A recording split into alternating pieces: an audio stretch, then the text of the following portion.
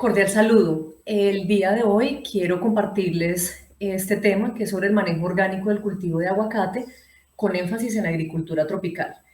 Y antes de dar inicio a esta temática, quisiera hacer una pequeña introducción con base en temas relacionados con la agricultura orgánica.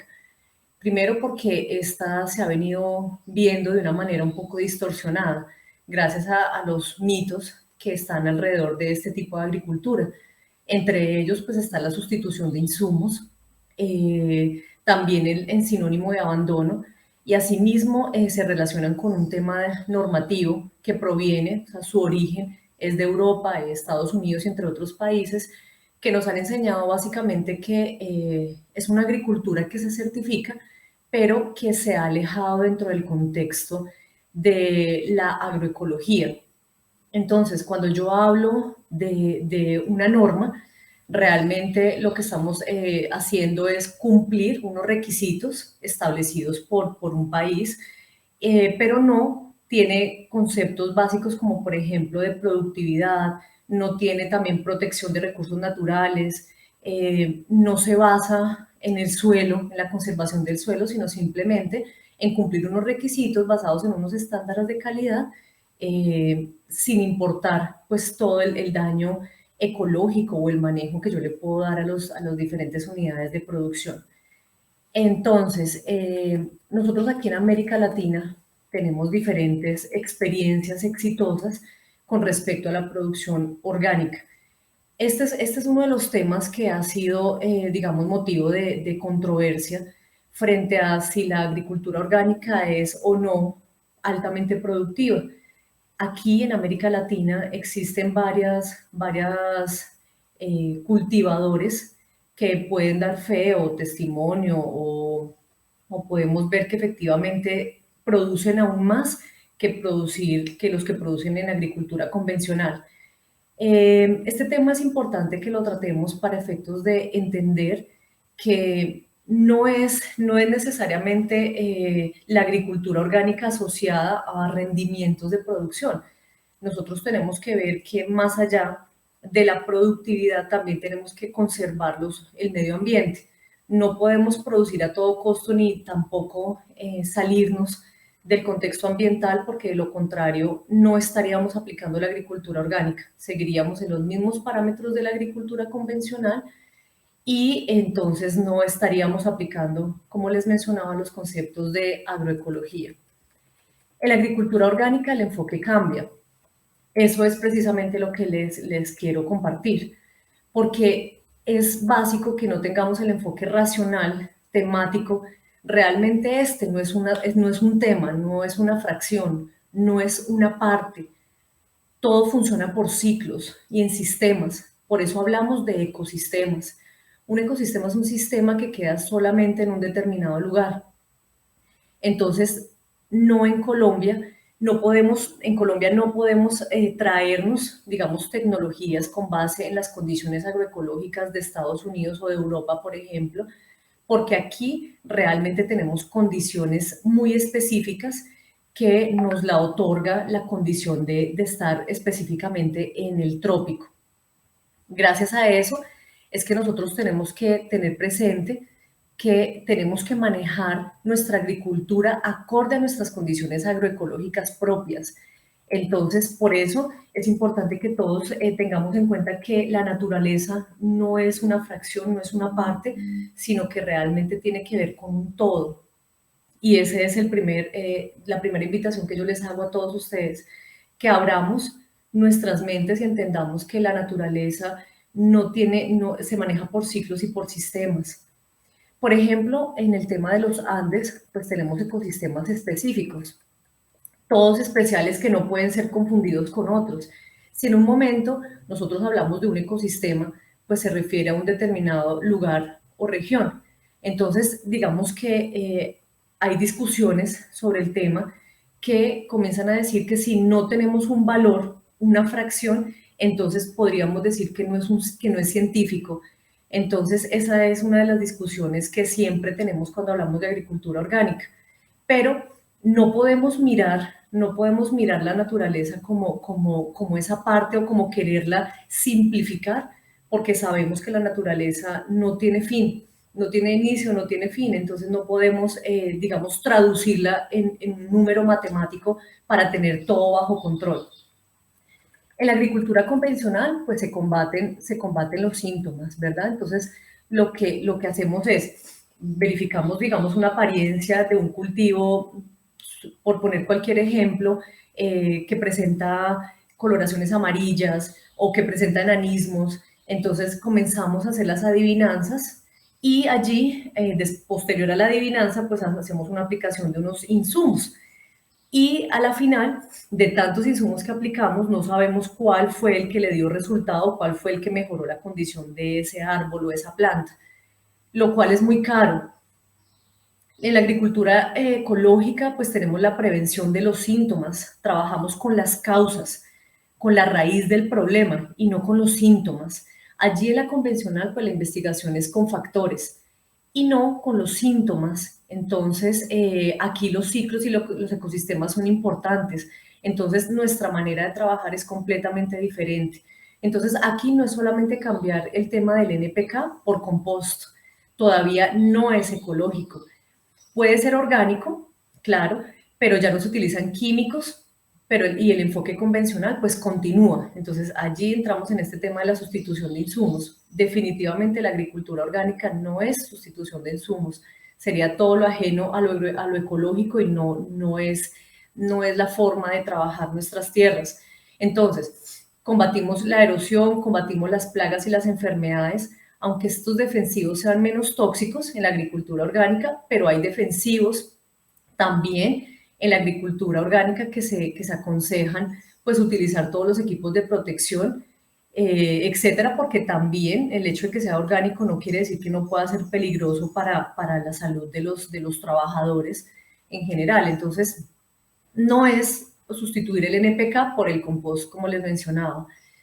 Hay unas condiciones particulares que me gustaría pues tratar en esta conferencia que tienen relación con el trópico como tal. O sea, el trópico obedece a una condición agroecológica particular por la ubicación en la que nos encontramos. Entonces, por ejemplo, en el trópico hay 10 millones de microorganismos por cada centímetro de suelo, siendo la mayor parte hongos que producen una gran cantidad de antibióticos, no porque tengan alguna enfermedad, sino para garantizar su espacio de vida y por lo tanto su alimento. Los antibióticos son lavados hacia el suelo y a partir de unos 20 centímetros de profundidad, los antibióticos son tales que el suelo está prácticamente estéril, si esta parte la volteamos, que hace parte pues como de la adquisición de la tecnología de otros países donde necesitan voltear el suelo, digamos que en Colombia no deberíamos voltearlo, porque la primera capa, digamos el horizonte O, es donde encontramos la mayor concentración de vida del suelo y allí pues entramos, digamos, haciendo prácticas que no son coherentes con la parte del manejo ecológico del suelo. Asimismo, tenemos como la influencia de las lluvias en un suelo desprotegido, entonces digamos que si no protegemos los suelos de las lluvias que tenemos en nuestro país, también se va a lavar toda esa parte de microorganismos y adicionalmente como la capa fértil del suelo. Adicionalmente, los monocultivos tampoco los contemplamos en este tipo de agricultura. Y ya vamos de pronto a hacer, digamos, ampliar un poquito más el concepto que tenemos sobre este tema de monocultivos y por qué es importante no tenerlos, digamos, dentro del concepto de agricultura orgánica. Entonces, las consecuencias de la agricultura convencional pues son innumerables en realidad. Tenemos, digamos, unas básicas que son, por ejemplo, la erosión, las inundaciones, las sequías, el aumento de plagas y enfermedades y plantas con muy poca resistencia a enfermedades. Adicionalmente, los residuos tóxicos en los alimentos de muy bajo valor biológico que no mantienen la salud de las personas y en la agricultura orgánica el enfoque es al contrario. Queremos entonces tener un enfoque holístico, no mirar, como les decía, el tema de la fracción de la parte del número, sino del todo, de un sistema. Entonces, no es simplemente cambiar un factor químico por un orgánico, un NPK por un compost, sino que debemos entrar a revisar que hemos desequilibrado el ecosistema para entrarlo a remediar y con base en esa remediación comenzar a tener unas consecuencias positivas para las plantas para que ellas mejoren su calidad, mejoren su productividad, mejoren su sanidad y su valor biológico, que es muy importante y que muchas veces no hablamos de esto. Nosotros consumimos alimentos para nutrirnos y para sanarnos. Si nosotros no producimos alimentos nutracéuticos, definitivamente pues no vamos en vía de tener un concepto de ecología, pero adicionalmente una responsabilidad con el consumidor. Bueno, entonces les mencionaba que el tema de la agricultura tropical. Entonces, hay un proverbio chino que es muy interesante, que se los comparto, que tiene que ver con, si usted mira una montaña con un microscopio, va a ver solo un grano de arena, el resto para usted es un secreto. Entonces esto para decir que si nosotros queremos simplificar la naturaleza, definitivamente no vamos a entender el concepto holístico y todo lo que en ella interactúa para poder desarrollarse. Entonces, la idea es que en el enfoque que nosotros queremos presentarles con la agricultura orgánica es que veamos la montaña sin el microscopio, que nos acerquemos, que la indaguemos, que la conozcamos y que no miremos a través del microscopio porque de esa manera solamente vamos a ver un grano de arena. Ese es el enfoque.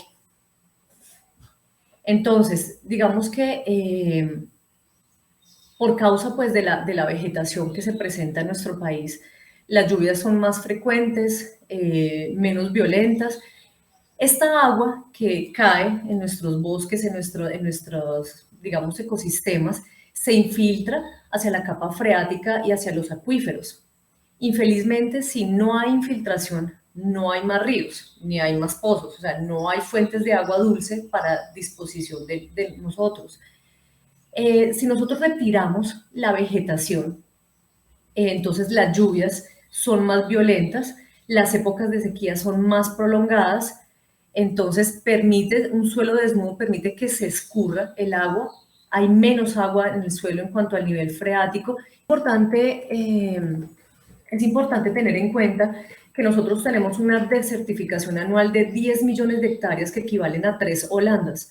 Toda esta área resulta desertificada por causa de ese tipo de agricultura, que cree que tiene que abrir, digamos, fronteras agrícolas desmontando, pero el desmonte no es porque se requiera un área más para plantar.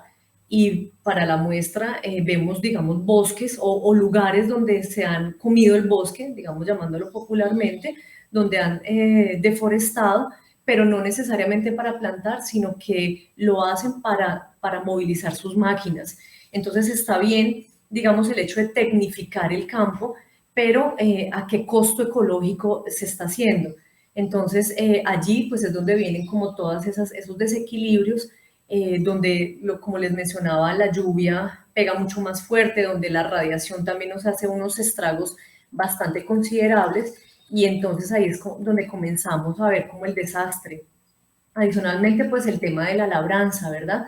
La labranza realmente ha sido uno de los mayores desastres en suelos tropicales, porque el suelo está desprotegido, porque queda limpio. Recién ahora en Colombia se está plantando el café con plantas de bajo porte, como el caso del maní forrajero. Entonces allí tenemos en cuenta, digamos, la estratificación de los cultivos.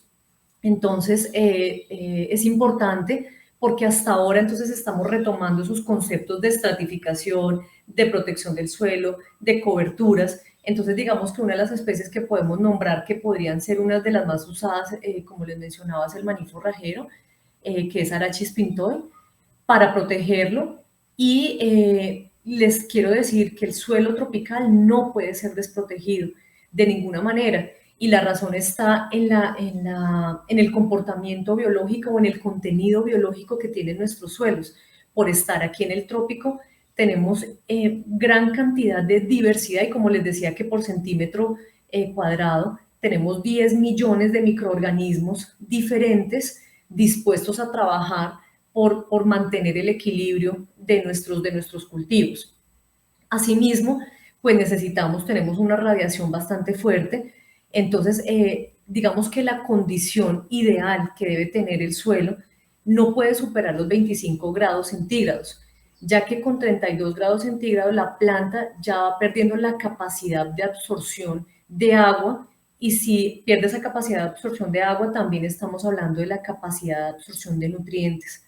Entonces, digamos que cada condición, cada altitud nos da una condición agroecológica particular, y eso también quiero resaltarlo porque escucho a muchas personas que hablan sobre que si está entre tantos metros a tantos metros de altura, sirve para el cultivo de aguacate, pero no siempre, porque no solamente la condición agroecológica la determina la altitud, que sin duda alguna es un factor determinante, pero también es cierto que la condición del suelo es muy importante para que las raíces y para que las raíces de los árboles de aguacate se desarrollen y tengamos unas condiciones sanas y altamente productivas.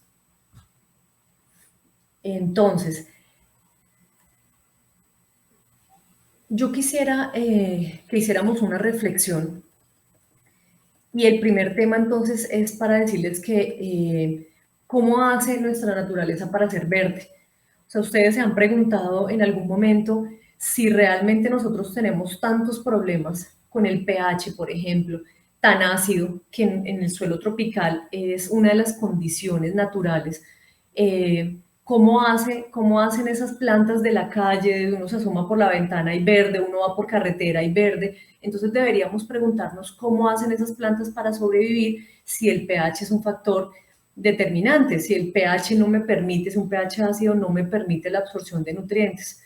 Pues quiero contarles que hay dos razones fundamentales para que haya esta vegetación. Entonces, lo primero es que las razones fundamentales es que las plantas, cuando hay diversidad, entonces digamos que en la fotografía vemos cómo las raíces se conectan. Entonces, lo primero es que hay varias especies en un mismo digamos, hábitat o ecosistema, y ellas logran penetrar, sus raíces penetran a diferentes escalas, lo que les permite tener diferentes niveles de absorción de nutrientes y de agua, y a su vez proporcionarle ese bienestar, ese bienestar a las plantas que las acompañantes. Entonces, por eso es que, digamos, nuestro ecosistema logra sobrevivir, porque hay diversidad, no solamente en especies, sino obviamente en la particularidad de la, digamos, exploración que tienen en el suelo, ¿verdad? La segunda razón importante es que no solamente digamos que tenemos presente el concepto de que si una hoja cae, esta inmediatamente va a servir como alimento para los diferentes microorganismos que habitan ese suelo, pero resulta que no es tan así, porque las bacterias, por ejemplo, tienen una única enzima, los hongos pueden tener cuatro, y los insectos tienen normalmente dos enzimas, lo que los hacen, lo que les, digamos, les dan sus comportamientos particulares, y no de todas las hojas se alimentan las mismas especies. Por tanto, a mayor diversidad de plantas, también hay mayor diversidad digamos, en la parte biológica del suelo, que les permiten a cada uno, de acuerdo a su función, de acuerdo a su comportamiento, les permiten aprovechar el material vegetal resultante digamos, de las múltiples especies que están en el hábitat natural. Entonces, cuanto más diversidad hay arriba, hay más diversidad abajo, en el suelo. Entonces, asimismo, tienen la capacidad de controlarse unos con otros. Cuando hay equilibrio, digamos que lo que permite es que justamente se combatan, o bueno, la palabra no es que se combatan, sino que vivan como en armonía, y haya un equilibrio tal que no afecte las plantas que se encuentran allí. Entonces, por ejemplo, si uno ve, por ejemplo, un bosque natural, uno ve que realmente no hay enfermedades, no hay árboles que presenten, como lo vemos en nuestros cultivos, digamos, ese tema de enfermedades muy marcadas o de plagas muy marcadas. Si nosotros vemos que hay un árbol enfermo en la selva y vamos y lo miramos y lo detallamos, ustedes se van a dar cuenta que está hueco, o sea, porque ya es un árbol que cumplió su ciclo, perdón, y ya está por morirse. Entonces, mientras que en nuestras plantas lo que nosotros estamos haciendo es tener unos microorganismos en particular, digamos, entonces esto hace que no haya control entre ellos mismos, que la misma planta no tenga la capacidad de defensa que es lo que nosotros necesitamos. Entonces eso hace que realmente comencemos a combatir problemas basados en los síntomas, pero no en el origen. Entonces, lo que les mencionaba, eso sale muy costoso. Entonces, la idea es que nosotros entendamos que hay un comportamiento y un equilibrio natural, el cual tenemos que emular el bosque, de lo contrario seguiremos aplicando defensivos sin ningún éxito y volviendo a la agricultura poco rentable. Entonces, nosotros estamos haciendo adicionalmente en estas condiciones particulares del trópico, estamos haciendo una cantidad de actividades que no favorecen, digamos, la vida que aquí encontramos. Por ejemplo, nosotros hacemos unas fertilizaciones que ocasionan unos desequilibrios nutricionales bastante marcados porque estamos simplificando, digamos, los contenidos minerales y adicionalmente el origen de esos minerales son sintéticos. Entonces hablamos de, por ejemplo, de NPK y hoy en día pues podemos mencionar algunos otros minerales que quizás se pusieron de moda, por llamarlo de alguna manera. Entonces ya hablamos del silicio, hablamos del calcio, hablamos del boro, del molibdeno, etcétera. Pero resulta que la planta necesita 45 elementos, mínimo 45 elementos, para que pueda desarrollarse y pueda generar todo su metabolismo y desarrollar pues todo su metabolismo para ser sana y para generar, digamos, las defensas relacionadas a las fitoalexinas que ella requiere también para poder, digamos, defenderse ante las inclemencias del clima y también pues de la parte biológica de los suelos. Entonces, uno de los ejemplos más claros, digamos, de cómo ha sido, digamos, el manejo que le hemos dado a través de los fertilizantes sintéticos a las plantas, es, por ejemplo, el uso del potasio, que si bien es cierto, el potasio es muy importante, solamente ayuda en una reacción química dentro de la planta, mientras que el cobre, por hacer un comparativo, que es un micronutriente, está ayudando en 10.000 reacciones porque puede ser mucho más potente y más eficiente que el potasio. Sin embargo, nos han enseñado a usar un elemento en particular para una función específica sin tener en cuenta que necesitamos que la planta haga todas sus reacciones, todo su comportamiento natural para que ella misma vaya desarrollando flores, frutos, etc. Entonces, gracias a esa simplificación de la fertilización, es que comenzamos a desequilibrar las plantas. Adicionalmente, pues los fertilizantes sintéticos tienen otras características particulares que no son positivas para la naturaleza y eso ha hecho que matemos la vida del suelo aplicando estas sales y contenidos con altos componentes energéticos para la planta que se liberan en forma de azúcares y carbohidratos, que ahora vamos a mencionar un poquito de parte de ese tema para que entendamos un poquito más este aspecto que les quiero compartir. Entonces, si yo desequilibro, digamos, simplifico la nutrición de una planta, pues definitivamente eso se va a traducir en la ocurrencia de plagas y enfermedades, porque una planta malnutrida sin duda se va a enfermar. Entonces, les mencionaba esta parte del mal uso de los fertilizantes, de la simplificación de los mismos, pero hay otro tema que es bastante importante y es el tema muy serio en el trópico sobre todo. Nuestros suelos han venido siendo encalados, entonces utilizamos la cal como corrector de pH, ¿verdad? No tenemos en cuenta, por ejemplo, que en el trópico nuestros suelos son muy ricos en aluminio y en hierro, en formas que no son tóxicas. Con el encalado, lo que hacemos realmente es sacar el aluminio de su actividad. Como agregante es muy débil en el suelo y el resultado es que nuestros suelos se endurecen, quedan compactados y todo eso gracias al encalado. Entonces debemos tener presente que un suelo tropical naturalmente por las condiciones agroecológicas que le da la particularidad de estar ubicado en este espacio, tienen un pH natural de 5, de 5,4, de 5,3 a 5,8. Entonces la corrección del pH por el encalado es absolutamente engañosa, porque adicionalmente encalamos el suelo, volvemos a mirar las reacciones químicas que están en el suelo por capacidad de intercambio catiónico o por conductividad eléctrica y nos damos cuenta que básicamente no hemos corregido, digamos, el pH de los mismos. ¿Cómo afirmo esta situación? Porque hemos visto, digamos, esos encalados y nos hemos dado cuenta que la cal realmente no es efectiva en el caso de corregir el pH, pero lo que sí hace es producir estos efectos secundarios que no son buenos para nuestros suelos, que ahí es donde comenzamos a tener problemas, múltiples problemas con las plantas. Entonces, lo que necesitamos realmente es calcio como nutriente y no como corrector de pH.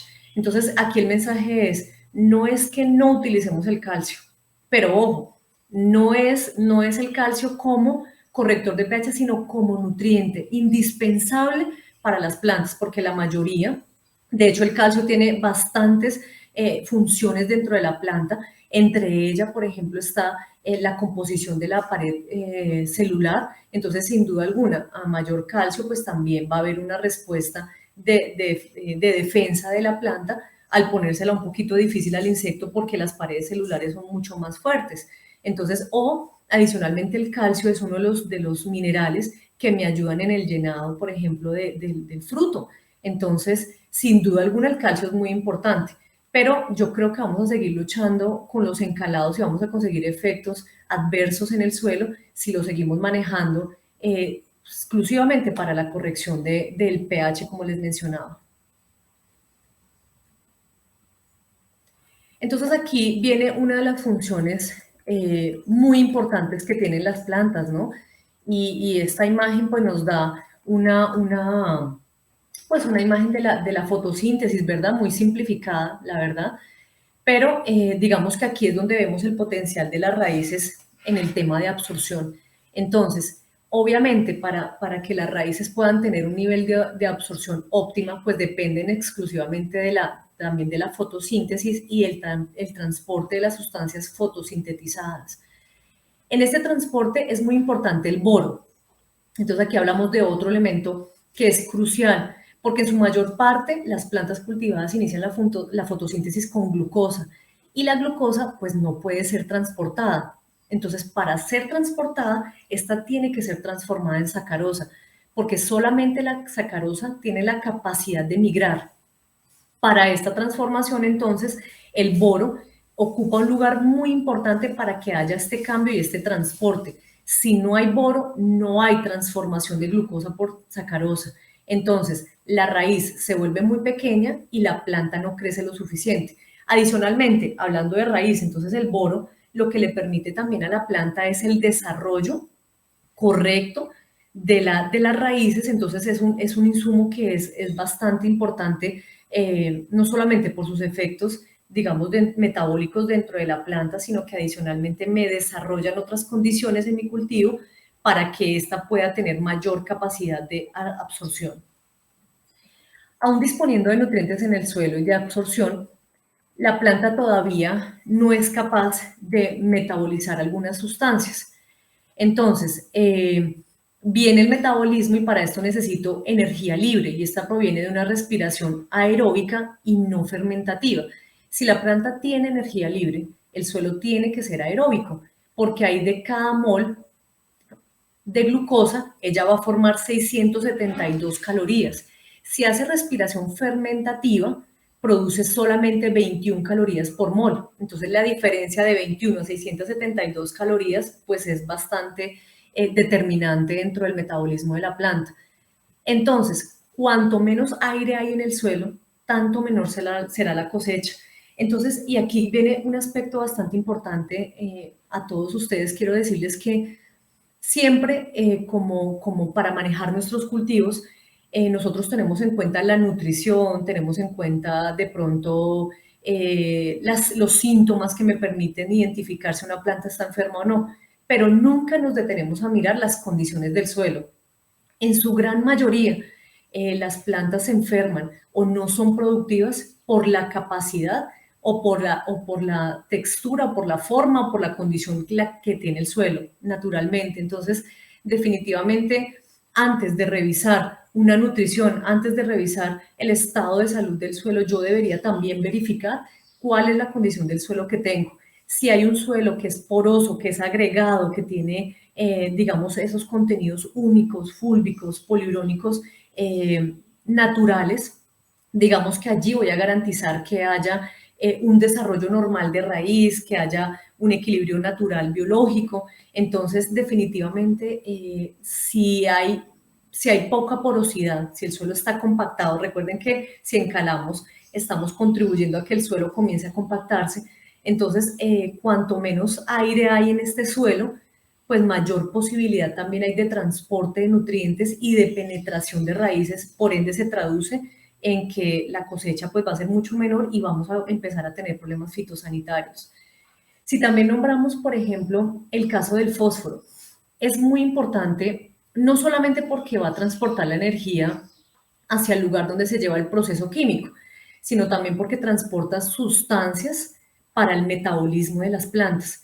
Entonces, pero son muy importantes las enzimas para el desarrollo de esta actividad. Si hay enzimas en un proceso químico, ocurre entre 2 a 3 minutos.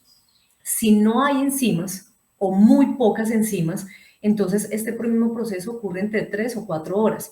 Entonces, fíjense que la planta formaría mucho menos productos, eso se traduce obviamente en productividad, mucho menos frutos, ¿verdad? Entonces, digamos que no tenemos en cuenta, o sea, yo la verdad nunca escucho hablar sobre el metabolismo de las plantas, sobre la capacidad enzimática, por ejemplo, sobre el desarrollo de las condiciones que yo le puedo generar a una planta para que ella haga todas sus funciones de manera natural, porque pues ya la planta está diseñada para hacerlo, obviamente, pero nosotros las hemos alterado de tal manera que ellas han venido como defendiéndose de nosotros mismos, de nuestras actividades. Entonces esto ha hecho que dependamos mucho más de los insumos y del tema del síntoma, ¿no? De lo que yo veo. Entonces ahí es cuando actúo, sin la prevención, que es un concepto bastante importante dentro de la agricultura orgánica. Entonces, hay un equilibrio y ese equilibrio de los nutrientes es bastante importante para nosotros. Entonces, para que lo tengamos muy presente, que las plantas necesitan desarrollarse, para desarrollar pues todos sus componentes biológicos y bioquímicos para que estén en armonía y no haya ningún desequilibrio ni nutricional ni desbalances en el suelo, ¿verdad? En temas, hablándolo ya dentro del contexto pues biológico. En el trópico, pues la cantidad de nutrientes disueltos, la verdad, tiene que ser muy baja. Y aquí es donde comenzamos a ver parámetros determinantes muy diferentes a lo que observamos en otros continentes, por ejemplo. Entonces, digamos que, pues por poner un ejemplo, en Europa, por ejemplo, podemos ver contenidos minerales en gran cantidad, pero en el caso del trópico no es así. Aquí tiene que ser muy bajo los contenidos nutricionales, porque si tenemos muchos nutrientes disueltos en el agua, hay un efecto de ósmosis y el agua siempre va a pasar de la solución más débil hacia la solución más fuerte. Si la solución más fuerte está en el suelo y no en la planta, entonces la raíz pierde agua en lugar de absorberla. Esto realmente es un problema muy grave. Por eso el suelo tropical es pobre. Hablando mineralmente, pues de alguna manera pobre, ¿verdad? La planta no absorbe agua durante las horas calientes del día. Si el suelo no tiene una concentración muy baja de nutrientes. Entonces, fíjense que aquí entramos también como a revisar qué tantos contenidos, qué tantos aportes nutricionales yo le estoy dando a mi planta. Entonces, básicamente, no es que nuestros suelos requieran demasiados nutrientes. De lo contrario, los bosques que tenemos aquí naturalmente o todas las plantas que vemos si nos asomamos a la ventana o vamos por una carretera no serían capaces de sobrevivir. Y por eso les pongo esa reflexión, porque entonces, ¿cómo hacen esas plantas para sobrevivir, para que seamos todos verdes? Entonces, para que nos fijemos que hay otros comportamientos que son particulares del trópico y que no podemos adaptar esos temas de allá, de otros continentes, aquí a Colombia porque tenemos unas condiciones particulares. Entonces, aquí podríamos hablar, por ejemplo, de un análisis foliar. Entonces, si yo hago un análisis foliar, yo podría descubrir que la planta es muy rica en elementos, pero la cosecha está muy bajita. Entonces ahí nos preguntaríamos, venga, si el análisis foliar me da un resultado muy alto de minerales, ¿qué es lo que pasa? O sea, ¿por qué la planta no me produce? Y la razón es la siguiente, muchos nutrientes pueden ser transportados por la savia, pueden circular por la savia, pero no necesariamente van a ser metabolizados. Entonces, digamos que el análisis foliar me da el contenido de los minerales que pueden estar dentro de la savia, pero no me dice si realmente esos minerales van a ser capaces de ser metabolizados. Entonces, la planta los absorbió, los minerales, pero eso no quiere decir que los vaya a metabolizar. Y si no los metaboliza, pues definitivamente son minerales que no se van a aprovechar. Y ese, cuando yo hablo de aprovechamiento, hablo de producción. Otra particularidad pues de nuestro trópico es que la materia orgánica es muy importante en nuestros suelos. Es demasiado importante, pero quiero decirles que la materia orgánica, por ejemplo, no puede ser enterrada. Yo escucho también, digamos, experiencias que la gente abre hoyos, por ejemplo, a 50 centímetros de profundidad, dependiendo pues de la especie que vaya a sembrar, pero por ponerles un ejemplo, a 50 centímetros de profundidad o más, y allí entierran la materia orgánica. Pues la materia orgánica no puede ser enterrada, primero porque en nuestros suelos tropicales, digamos que la materia orgánica, si carece de oxígeno, comienza a producir gases tóxicos. Entonces, digamos que lo que va a hacer esta materia orgánica adicionalmente de producir esos gases tóxicos, que son ácido sulfídrico y gas metano, lo que va a hacer es secuestrar el nitrógeno del suelo, entonces realmente no vamos a tener esa disponibilidad. Entonces, lo que tenemos que hacer es dejar la materia orgánica por encima en la superficie, digamos no más de 10 centímetros de profundidad, para garantizar que realmente haya este tema de oxigenación y para que no haya ese secuestro del nitrógeno que les menciono, sino que adicionalmente ella sí me pueda fijar este nitrógeno del aire. Entonces la recomendación, y no solamente cuando hablo de materia orgánica me estoy refiriendo a estiércol, básicamente una de las fuentes también interesantes de materia orgánica la tenemos en la hojarasca. Entonces, de allí está el tema importante, pues, digamos, de deshiervar y hacer acolchados, hacer el mulch, para que hayan bacterias, por ejemplo, que las bacterias descomponen este material eh, y de allí proporcionan pues estos ácidos, por ejemplo, el ácido poliurónico. Este azúcar pues es la comida predilecta de los microorganismos fijadores de nitrógeno del aire, fijándolo para el cultivo, de manera que uno no necesita preocuparse que el tamo tenga suficiente nitrógeno, ¿cierto? Que la porción tenga suficiente nitrógeno, porque este ya es fijado por la capacidad microbiana de la materia orgánica que yo expuse allí para ser descompuesta por los microorganismos. Entonces, ¿qué tenemos que hacer? Realmente lo que tenemos que hacer es activar toda la vida del cultivo para que ocurran los ciclos biológicos naturales y con esto las plantas van a suplir sus necesidades nutricionales.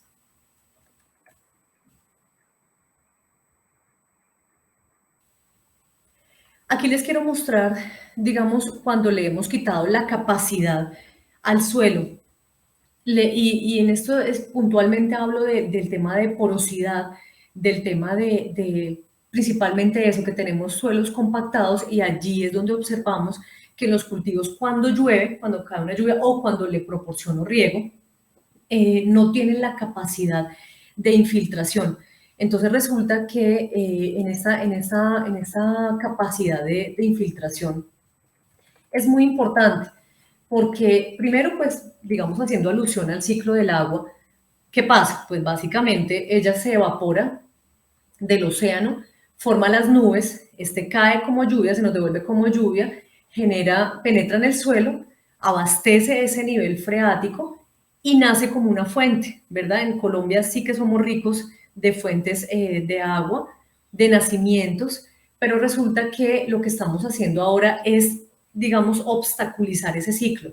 ¿Por qué? Porque resulta que si tenemos suelos que no tienen la capacidad de infiltración para que se cumpla el ciclo del agua, entonces básicamente lo que pasa es que se queda en la superficie, se lava y se va a los ríos. Entonces, por ejemplo, una de las demostraciones de cómo se lavan nuestros suelos es que cuando vemos que llueve muy duro, vemos quebradas que vienen turbias, ¿verdad? Entonces todos dicen, uy, llovió tan duro que vea que el agua viene turbia, pero realmente es una demostración de cómo se está lavando el suelo y de la capacidad que tienen nuestros suelos de la retención de la capa fértil. Entonces, esos son desastres ecológicos que hemos hecho gracias a quitarle la capacidad al suelo de esa infiltración de agua y allí es donde tenemos los problemas de inundaciones que lo estamos padeciendo todos, digamos, básicamente en esta temporada justamente de lluvias, vemos que hay desastres bastante marcados en diferentes zonas del país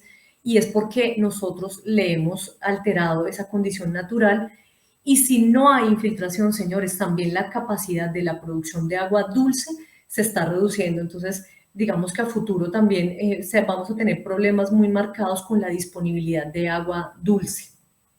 ¿Cómo entonces mejoraríamos esta capacidad de infiltración? Pues sin duda alguna, una de las herramientas importantes es la materia orgánica, que me permite mejorar las condiciones del suelo, aumentando la porosidad para que no haya entonces más inundaciones. La, el suelo, el suelo tiene que tener protección. En el trópico, el suelo no puede estar desnudo, a diferencia de otros continentes, que no pasa nada y que naturalmente, digamos, vemos como suelo sin vegetación. Aquí en el trópico no puede pasar de 32 grados centígrados esta temperatura. ¿Por qué? Porque a esa temperatura la planta pierde la capacidad de absorción de agua.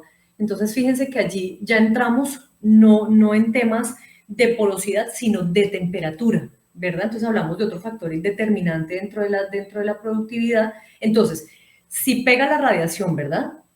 Llega la radiación y podemos encontrar, digamos, hay estudios donde nos dicen que ese suelo puede llegar más bien a 74 grados centígrados con la radiación directa. Entonces, imagínense qué puede pasar con esta temperatura. Podríamos fritar un huevo ahí en el suelo de la finca, ¿verdad? Con esta temperatura. Entonces, digamos que en temperaturas por encima de los 32 grados es nefasto para todo el comportamiento natural de nuestras plantas y para la biología. Entonces, digamos que en el suelo tropical, la temperatura ideal es de 25 grados centígrados. ¿Y cómo la obtenemos o cómo garantizamos que sí esté dentro de los rangos naturales de temperatura? Pues lo garantizamos a través de las coberturas vegetales. No puedo desnudar el suelo, no lo puedo desnudar porque de lo contrario la radiación pegaría directamente, las lluvias me afectarían también directamente, me lavarían, ¿cierto? El golpe de la lluvia en un suelo desprotegido pues realmente causa muchísimos estragos, causa erosión. Entonces, adicionalmente, pues de que le quito la capacidad de absorción de agua a la planta con ese tipo de temperatura, pues obviamente le voy a quitar la capacidad de hacer la fotosíntesis y de transportar las sustancias fotosintetizadas. Entonces, fíjense que solo por concepto de temperatura del suelo cambiamos otros comportamientos que son determinantes para un buen desarrollo y crecimiento pues, de las plantas. Aquí les voy a compartir parte de una información bastante importante que tiene que ver como con el suelo y su comportamiento. Y este video creo que es una forma muy interesante de ilustrar lo que les he estado mencionando.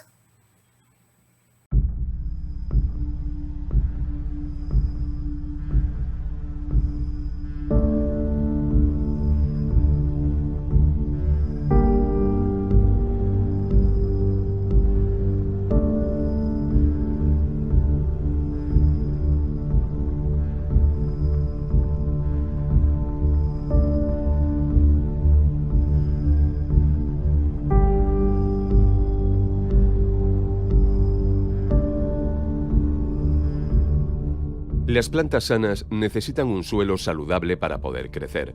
Para poder absorber exactamente lo que necesitan las plantas, el suelo tiene que tener los minerales y la vida necesaria. Una investigación científica demuestra que por el uso masivo de abono sintético con sal, el suelo no tiene más la biología necesaria para un crecimiento sano de las plantas. Se usa abono sintético desde un periodo en el que no había conocimiento del efecto a largo plazo. Para los agricultores, este abono era una maravilla. Las cosechas se duplicaban y los agricultores podían producir alimentos para una población creciente. Pero ahora, después de años de uso de abono sintético, se descubren las consecuencias en el suelo. Cada vez hay menos minerales nutrientes en el suelo. De esta manera las plantas se debilitan y se ponen enfermas más rápidamente. No están más protegidas, sino que se vuelven más vulnerables a ataques de bacterias y hongos. El uso de abono sintético provoca también que el agricultor tenga que labrar su tierra cada vez más profundo porque la tierra se compacta más rápidamente. Esto es costoso para el agricultor y desastroso para el suelo. Hay métodos mucho mejores. Por lo general no se sabe que las raíces de las plantas se desarrollan mejor en una zona radicular antigua. Aquí se ve el método de arar volteando el suelo 25 centímetros. De esta manera a la planta le cuesta mucho más esfuerzo para llegar a los miles de mini túneles hechos por otras plantas con sus raíces. Muchas veces ni tan siquiera las raíces atraviesan la durísima suela del labor por labrar la tierra con maquinaria pesada. El método de cultivo superficial nos da una solución posible. Con este método de poca profundidad, las raíces pueden aprovechar más rápidamente los túneles de las plantas anteriores. Las raíces solo tienen que esforzarse cuando llegan al final de los túneles. Entonces, se puede enraizar más profundo año tras año. De esta manera, hay más disponibilidad de humedad y suelo para crecer. El control de plagas con tratamientos químicos no es mucho más que tratar y ocultar los síntomas de la enfermedad. Las plantas sanas tienen la capacidad de mantener las enfermedades a raya. Como reacción a los efectos negativos del uso de abonos sintéticos, se usan productos de control de plagas para salvar la cosecha. Nuestra conclusión es que las plantas que solo reciben abono sintético siempre se ponen enfermas. El abono sintético es la causa directa del uso de la mayoría de productos plaguicidas. Para solucionar el problema mundial de exceso de abono sintético, hay que romper el círculo vicioso. La pregunta que nos tenemos que hacer es, ¿cómo podemos mejorar el suelo? La respuesta es sorprendentemente simple, pero necesita una breve explicación.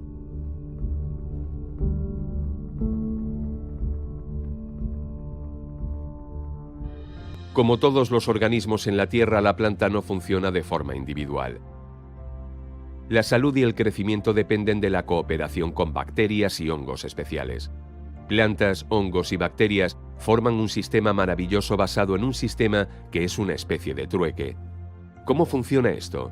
Los hongos y las bacterias suministran nutrientes del suelo difíciles de extraer y las plantas suministran a cambio azúcares en forma de glucosa. Para explicar este sistema, vamos a explicar las bacterias y los hongos de forma separada.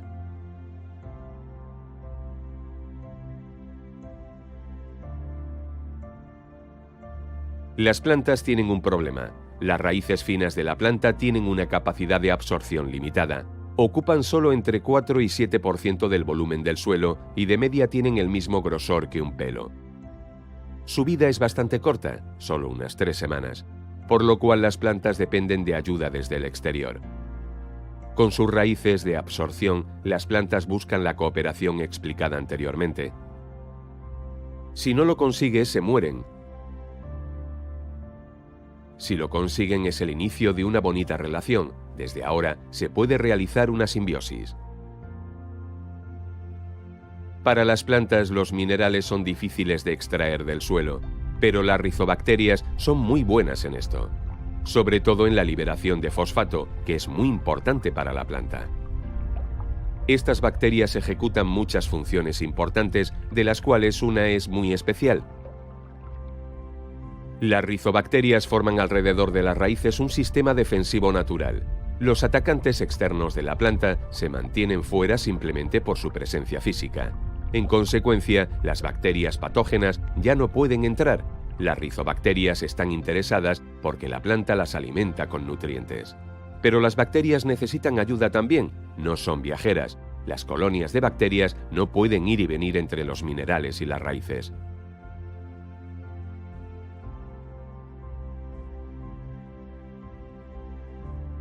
La mayoría de los minerales que están en la tierra están fuera del alcance de las raíces y por lo tanto también de las rizobacterias, ya que solo se pueden establecer cerca de las raíces.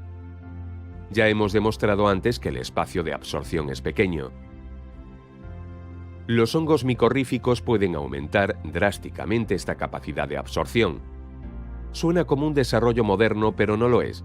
Es más, los hongos han existido siempre, pero por la modernización se han perdido de vista y están presentes de forma esporádica por el uso prolongado de abono sintético.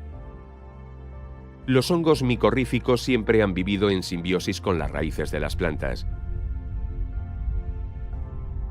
Este tipo de hongo forma un nexo vivo dentro de la raíz y lo transforma en un sistema de absorción y transporte. Estos hongos son esenciales para un crecimiento sano de la planta. Las micorrizas en la raíz son tan normales como los gránulos de clorofila en la hoja. Por esto no puede haber discusión posible. Como hemos dicho antes, el grosor de las raíces de absorción es de 0,2 milímetros. Por ello, solo pueden crecer en los macroporos, como se puede apreciar aquí. Ahora con el zoom vamos a ver qué pasa cuando una planta obtiene ayuda de un hongo micorrífico. Los hilos de los hongos son bastante más delgados que los de la mayoría de las bacterias. Tienen un grosor de solo 3 micrón. Con estos hilos pueden crecer dentro los microporos, que es donde está almacenada la mayor parte de nutrientes y agua. Sin esta ayuda las plantas no alcanzarían nunca estos espacios. No son las raíces, sino que son los hilos de los hongos los responsables de la absorción de nutrientes y agua. A través de estos hilos largos y finos, que asumen la totalidad de la absorción de minerales de las raíces, se puede llegar a distancias más lejanas. Los minerales que se encuentran más lejanos y los minerales que están bloqueados en la tierra se absorben más fácilmente. Los hilos largos, o hifas, llegan fácilmente 1 kilómetro en una cucharita de tierra. La capacidad de absorción con micorrizas es de media 7 veces superior. Por ello se puede cultivar con menos humedad y las malas hierbas aparecen difícilmente por la competencia por el espacio. La recompensa para el hongo es la glucosa y para la planta es un alcance más largo. Por este intercambio único y constante entre planta, bacterias y hongos hay una simbiosis fabulosa. El agua, los minerales y la glucosa sirven como medio de pago.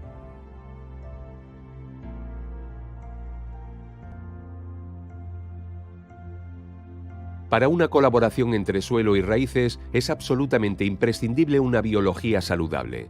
Un suelo saludable contiene tejido orgánico que se obtiene de hojas, raíces y animales muertos. Estos materiales orgánicos se descomponen en la naturaleza por la microbiología del suelo hasta convertirse en humus. De esta manera se conservan nutrientes para el suelo y la tierra retiene mucho CO2.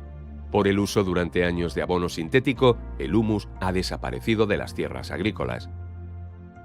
El humus es comparable a la bacteria de la tierra, almacena la energía que necesitan los microorganismos del suelo para hacer su trabajo. Sin humus va a ser difícil de obtener una recuperación natural del suelo.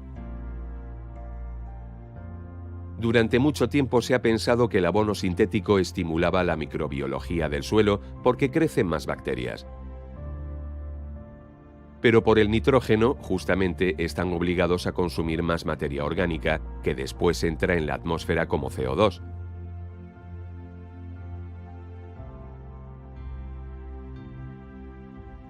La simbiosis entre planta, hongo y bacterias no es solo una colaboración bonita, es pura necesidad. Sin estos transformadores de material orgánico, nos estaríamos ahogando en materia orgánica. Si volvemos a la pregunta de antes, ¿cómo podemos mejorar el suelo?, la respuesta tiene que ser: las plantas mejoran ellas mismas el suelo. es decir, en la simbiosis entre planta, bacterias y hongos. Con esto las plantas son realmente las únicas mejoradoras del suelo. Aquí se observa claramente la diferencia entre un sistema de absorción sin y con hongos micorríficos. A la izquierda la planta es totalmente dependiente de la acidez del suelo y el aporte adicional de minerales. A la derecha las raíces mismas pueden organizar la acidez y la absorción a través de los hongos micorríficos. Esto resulta en una absorción más saludable que se desarrolla perfectamente con los nutrientes orgánicos. Con este sistema natural obtenemos de nuevo un suelo saludable, del cual plantas sanas pueden dar de nuevo frutas y hortalizas saludables. La emisión de CO2 y los valores nutritivos de nuestros alimentos dependen directamente de cómo tratamos nuestros suelos.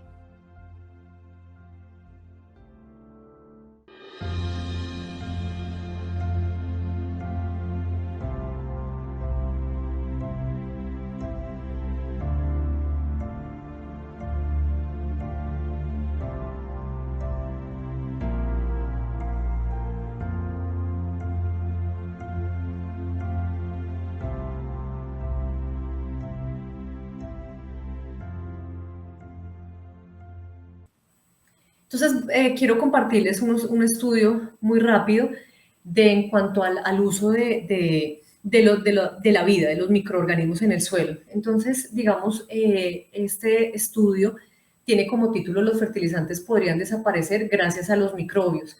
Entonces, este estudio apunta a que los cultivos pueden aumentar su rendimiento hasta en un 40% si se agregan microorganismos en el suelo durante la siembra. Entonces me parece bastante interesante.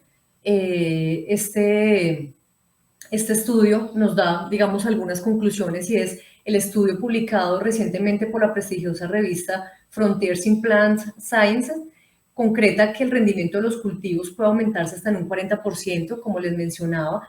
El uso de los microorganismos benéficos del suelo puede mejorar la eficiencia del uso del fósforo y nitrógeno en la planta de un cultivo. Esto se traduce en ahorro de insumos como fertilizantes minerales, y adicionalmente, pues digamos que en consecuencia, pues evitamos también el deterioro digamos, de la naturaleza, de la biología, al utilizar los fertilizantes sintéticos. Entonces, aquí básicamente para mostrarles cuáles son los elementos relacionados pues para el desarrollo normal de una planta, y tenemos que el 75% proviene del agua, que está, digamos, gratis en el medio ambiente a través de las lluvias. El 25% está compuesto pues por minerales, 48 elementos. Entonces, aproximadamente el 22,5% la constituyen solo 4 elementos, los que pueden tomar gratis pues del aire y del agua. Entonces, aquí encontramos el carbono, el hidrógeno, el oxígeno y el nitrógeno, y aproximadamente el 2,5% la constituyen 44 elementos que lo pueden tomar y procesar del suelo de manera natural. Entonces, aproximadamente 2% constituyen a 8 elementos. Aquí vemos a mano derecha entonces que tenemos potasio, calcio, magnesio, sodio, azufre, cloro, fósforo y silicio, y el aproximadamente 0,5 la constituyen 36 elementos. Aquí vemos pues, digamos, elementos que nunca mencionamos en una fertilización. Entonces, si yo les digo rubidio, cesio, bario, estaño, etcétera, pues seguramente ustedes jamás tienen en cuenta estos elementos, y sin saberlo, pues naturalmente la planta los tiene allí, solo que digamos que están de manera natural. Aquí, pues como ejemplo, digamos, en las funciones nutricionales de una planta son bastante importantes. Aquí les muestro solamente 5, como el azufre, el manganeso, el hierro, el molibdeno y el cobalto. Tienen unas funciones particulares entre ellos. Todos tienen que ver con la fotosíntesis. Entonces, digamos que a mayor capacidad fotosintética, pues obviamente hay un mejor desarrollo de las plantas. Aquí vemos el contenido mineral que contiene pues una planta de aguacate, y lo vemos en la epidermis, en la pulpa, en la semilla y en la testa. Entonces aquí vemos los diferentes contenidos minerales y lo que naturalmente contiene, digamos, el fruto del aguacate. Entonces, que es bastante importante, por eso darle una nutrición balanceada. Aquí vemos un comparativo rápidamente de cómo es una fertilización, las consecuencias que tiene una fertilización química versus una fertilización orgánica, y lo que vemos básicamente es la interacción del contenido mineral y microbiológico. Entonces, a mano izquierda vemos cómo se porta un croma, ¿verdad? Tenemos un croma aquí como resultado de un suelo con fertilización sintética, y aquí a mano derecha vemos un croma después de un suelo, de la revisión de un suelo orgánico. Entonces vemos, como les decía, la zona, una interacción entre la zona mineral y la zona proteica, y vemos allí el humus de manera permanente. Entonces vemos allí dentro de los cromas los dientes de caballo que son, y los colores, que son un indicador bastante positivos para el comportamiento de la vida del suelo. Entonces digamos que esa es otra de las herramientas y metodologías para determinar la calidad de nuestro suelo. Yo quiero aquí decirles como a nivel de herramienta, otorgarles unas herramientas básicas y que son a través de las deficiencias que me permiten tener un indicador de qué mineral podría estar faltando. Entonces, por ejemplo, los periodos secos, entonces tenemos deficiencias de boro, zinc, hierro, manganeso, cobre, azufre. También las deficiencias producidas por los periodos lluviosos. Entonces, cada condición, cada tema que tiene que ver con la naturaleza, si el periodo de sequía me puede inducir a unas deficiencias, si es lluvioso igual, o sea, y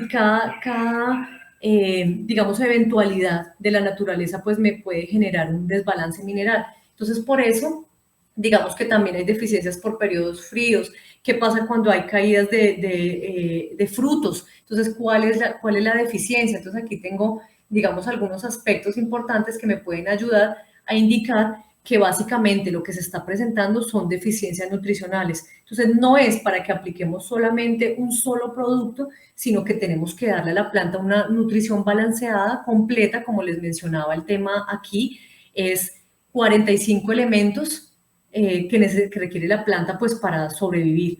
Entonces, y hacer los comportamientos naturales sin que haya un desequilibrio.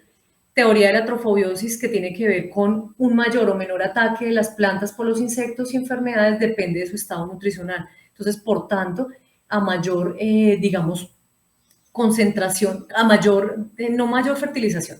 Hablo entre más diversa sea la fertilización, sin duda alguna vamos a tener la posibilidad de que la planta tenga un mejor comportamiento. Entonces, para culminar esta presentación, digamos que no puedo hablar de un manejo agronómico general, no puedo dar recetas porque sería la forma más irresponsable de compartirles a ustedes un mensaje, pero lo que sí quiero que quede claro para todos ustedes es que yo no puedo hacer una agricultura orgánica si no tengo en cuenta los conceptos de ecología, o sea, no puedo separarlos, porque no es solamente sustitución de insumos, defensivos biológicos por químicos por biológicos, perdón. Tampoco puedo desconocer toda la vida y la parte holística que tiene que ver la agroecología para que funcione de manera correcta. Entonces, lo primero, biorremediación de suelos, muy importante para que lo tengan presente. La segunda, nutrición completa y de origen natural a los cultivos para no alterar ni afectar la biología de los suelos. La tercera, el manejo de coberturas vegetales, porque ya vimos que el suelo no puede estar desprotegido, no puede tener los efectos de la lluvia ni de la radiación, y además pues tengo que proteger la vida que está allí. En cuarto punto, pues el asocio de los cultivos. Quito, presión fitosanitaria. Estoy asegurando, ahora sí, la seguridad alimentaria, porque no puede haber seguridad alimentaria cuando tengo un monocultivo. Tengo que aprovechar, digamos, el terreno, pero adicionalmente, si le quito presión fitosanitaria, pues voy a tener otras condiciones para que la planta también se defienda y no tenga, digamos, esa interacción o esas cargas de enfermedades y de plagas que hoy en día observamos en nuestros cultivos. Por último, quiero decirles que el Ministerio de Agricultura tiene, digamos, dentro de sus bases de datos que la producción en cultivos de aguacate convencional a nivel nacional tiene un promedio de 14 toneladas por hectárea año. Sin embargo, nosotros tenemos en la zona de Risaralda a un productor, como por ponerles un ejemplo, que maneja la agricultura orgánica, maneja una fertilización orgánica, y él, pues esos que ustedes ven allí son datos reales. No puedo decir quién es, obviamente por confidencialidad. Sin embargo, pues aquí tenemos que él produce 24.896 toneladas por hectárea año con una fertilización orgánica. Sin decir con esto que todos estos parámetros se les podamos atribuir a todas las fincas, porque si bien es cierto, en una agricultura convencional el promedio puede estar también en 14 toneladas por hectárea, puede ser mayor o puede ser menor, eso también lo podemos ver con la agricultura orgánica. Puede ser menor, puede estar dentro de los parámetros de la agricultura convencional. Aquí el tema no podemos dárselo solamente a temas de productividad, sino de calidad y de valor biológico de los alimentos. Y por eso la invitación a que tengamos contemplados todos los aspectos, digamos, normales de la planta, para que no hayan estos desequilibrios que hoy en día nos están afectando tanto y nos están causando realmente muchos daños, que la agricultura adicionalmente no es rentable. Entonces, pues aquí podríamos quedarnos nombrando muchas causas o efectos adversos que tiene, digamos, el manejo que le estamos dando hoy en día a nuestros cultivos. Muchísimas gracias por su atención y su participación.